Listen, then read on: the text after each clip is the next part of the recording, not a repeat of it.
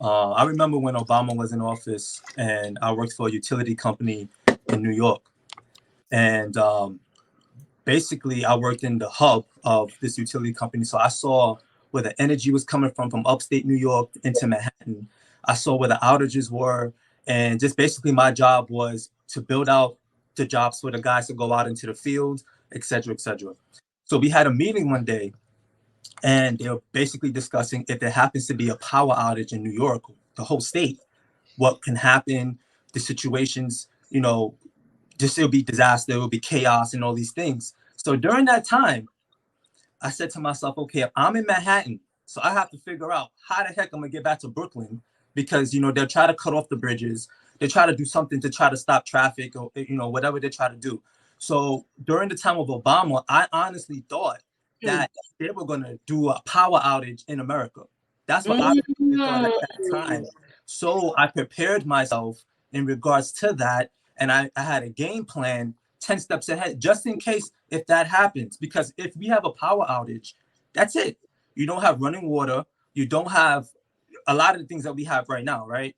And so in regards to that, even that same year, the Lord was telling me, and this is something I was telling my family, thought I was crazy at the time. I told them that something was going to happen to New York. Some kind of destruction is going to happen to New York. The Lord was just preparing me, and He told me to fill up garbage cans full of water. I did it. My family thought I was nuts. So during that time, Hurricane Sandy hit New York, and it devastated New York. And the power went out in New York. And at that time, there wasn't any, fresh water, things like that. You couldn't flush a toilet. So guess what happened? They used that water. That water was used. So during that time, as New York City is under sea level. So when you have a sea rise, the sea rise comes up, New York will basically flood. Like Manhattan is under sea level. So where I was under sea level. I went outside and I saw this wave coming down the street.